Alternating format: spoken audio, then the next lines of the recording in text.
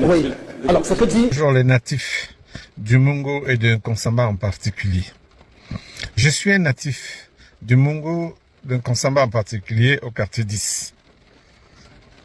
Depuis ma naissance jusqu'à cet âge que je porte aujourd'hui, ou du moins même mes aînés, qui ont été longtemps nés avant moi, n'ont jamais raconté une histoire de guerre qui aurait opposé les Bamileke contre les Mbu autochtones. En Nkonsamba, où les Baneka sont les autochtones, je n'ai jamais entendu qu'il y a eu de la guerre d'occupation des Bamileke au détriment du peuple Mbu.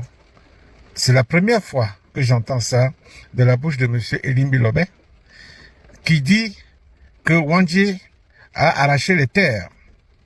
Wandji a arraché les terres. Wandji n'était pas un martyr des indépendances.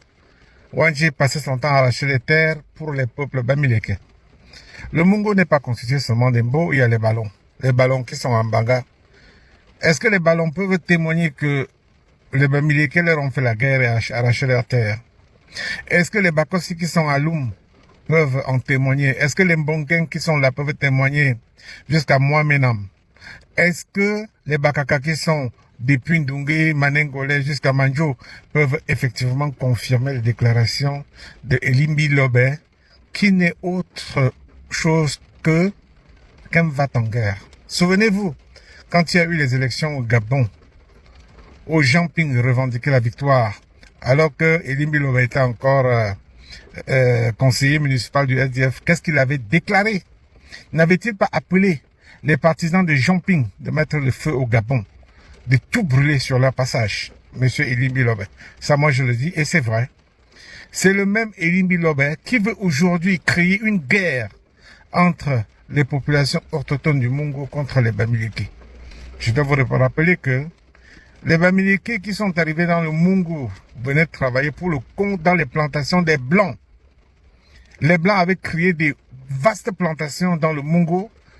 L'acquisition de ces terres par les colons, je ne peux pas en témoigner. Toujours est-il que les Bamileke avaient travaillé, avaient économisé de l'argent. Ils économisaient leur argent. Et quand les colons ont décidé d'abandonner et de retourner chez eux, il fallait vendre le patrimoine. Qui est-ce qui l'a acheté? Les Bamileke ont acheté, ils sont devenus les propriétaires de ces plantations. Après l'avoir acheté aux colons, je vais prendre le cas de Yimo Timothée, à Baré Bakem. Et j'en peux compter comme ça beaucoup. Aujourd'hui, on déclare ostensiblement que les Bamileke ont arraché ces terres-là. Est-ce que M. Yimo Timothée avait arraché la terre des autochtones? Si oui, à qui? Ou bien il a acheté aux Blancs, les Gorzouniens qui étaient en Nkonsamba à l'époque. J'en connais beaucoup, qui sont partis longtemps avant ma naissance, avant 1962 où je vis le jour sur la terre de Nkonsamba. Peuple Mbu, peuple Bakaka, peuple Baneka, peuple Bakossi, peuple Ballon, peuple Abo. Les Bamileke et vous, c'est une seule famille. Vous ne vous êtes jamais livré la guerre. Qu'on ne nous appelle pas à la guerre, il n'y aura jamais de guerre entre les Bamileke et les Mbu. Monsieur Elimbi Lobé doit rester avec sa frustration.